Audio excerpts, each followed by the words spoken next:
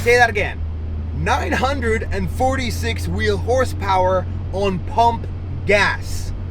Hello and welcome back to the channel. Today I'm driving the scariest car I have ever driven in my entire life, a 2014 F13 M6 from BMW. This thing is absolutely brutal, and the owner says it just might be the fastest one in the entire world.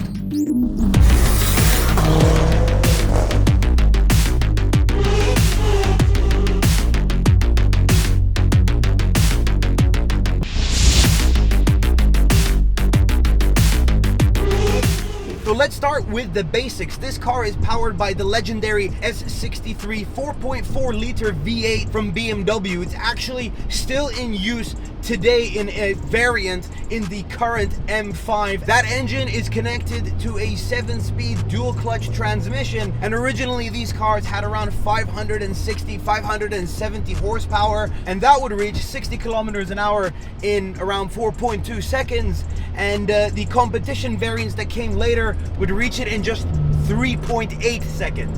However, this particular car produces 985 wheel horsepower and around 900 pound-feet of torque on race fuel. But today we don't have any race fuel, and we're rocking the classic 98 RON fuel, which limits this car to 940 wheel horsepower. So boo-hoo, we are not able to test out the full capabilities of this car.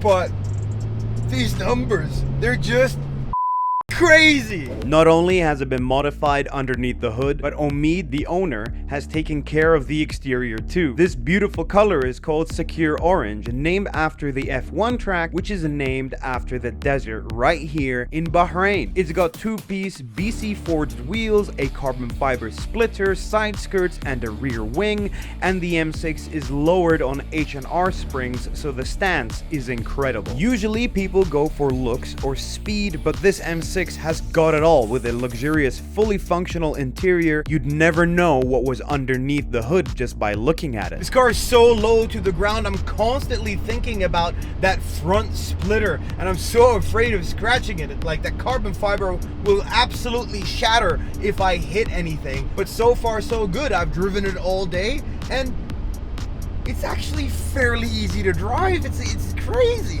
But I'm sure all of you want to know a little bit more about the power and how has he done it. What are these mystery mods that Omid has put into his beautiful Sakhir Orange M6? Well, let me tell you. For starters, the S63 was torn apart and fully reinforced with forged internals by CP Carrillo to contain the extra power. The turbos were upgraded to Garrett GTX 3076's Rs, and cooling was enhanced with VRSF intercoolers and a Snow Performance methanol kit. Apart from that, it's got all the supporting mods with a catch can, downpipe, and these beautiful intakes from Project Gamma. And believe it or not, he's still running the stock injectors and stock fuel pump, so there's still space to improve. The M6 has an SSP Spec X DCT clutch, as the power shredded the 900 plus pound-feet rated Spec R variant. The transmission has an XHP Stage 3 tune, and the engine was tuned by HC Performance. The whole car was put together by Sportsmind Garage right here in Bahrain.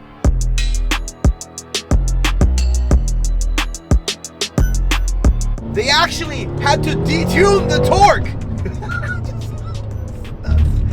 from 1,200 pound-feet or 1,300 pound-feet all the way to 900 so that this car wouldn't completely eviscerate the rear tires, because yeah, all of that power is being sent to the rear wheels.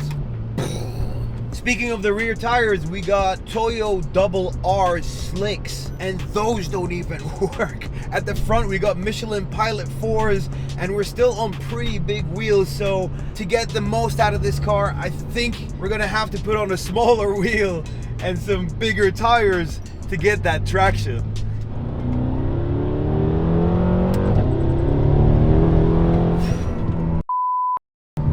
But speaking with Omid, he doesn't want that. He never built this car to go racing, to break records, or to do anything. He built it because he just wanted a bit more power in his daily. Yes, he can actually daily this car. It's 41 degrees Celsius outside. Not even one hiccup.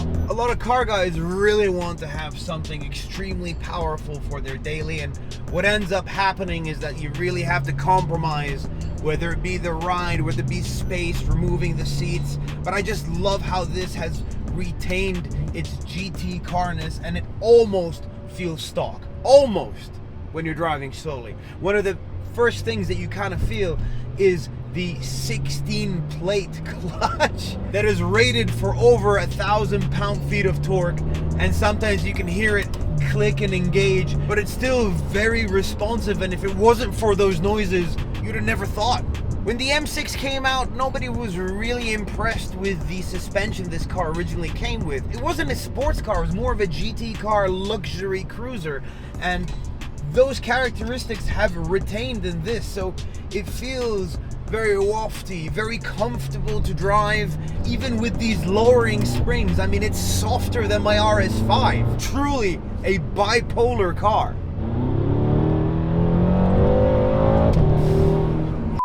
Wheel spin. You just touched the throttle and it's wheel spin. One thing about this car that's really interesting, at least for someone who likes to review cars, is that I finally understand what it's like to have steering feel in my steering wheel. I can feel the entirety of the road, every single bump, every single little crack in the road, because I've become so desensitized to it.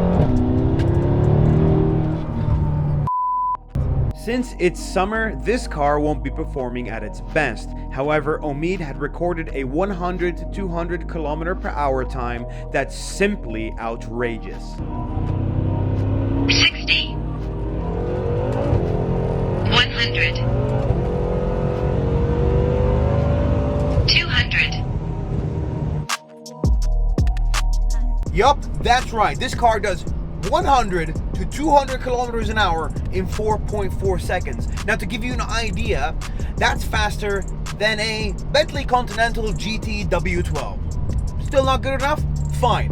That's faster than a Porsche 911 Turbo S, the 992. Whoa, still not good enough? That's faster than a Bugatti Veyron Super Sport.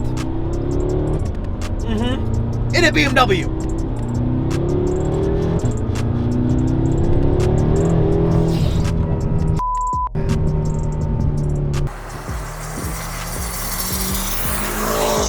This car is like a supervillain out of a Bond movie. He's so cool, drenched in excess, you know, with all these toys and gadgets just over the top. It's never gonna work, but you're rooting for him the whole time because it's just so cool. And Omid, bless his soul, he actually did the draggy by accident. He was never looking to break any records, and he possibly made the fastest M6 in the world. Now, when all of this was caught to his attention, he's now decided he's gonna wait until it gets colder, put on some lightweight wheels, remove the seats, get the best temperature possible, and do that run again, and try to solidify this M6 as the fastest in the world. And for the M6, yeah, everyone was asking me why you are not racing, why you are not showing us your draggy, or why you are not proving to us. I think you know me, I'm modifying my cars, but not for races or something, you know, just for ourselves, to enjoy the car.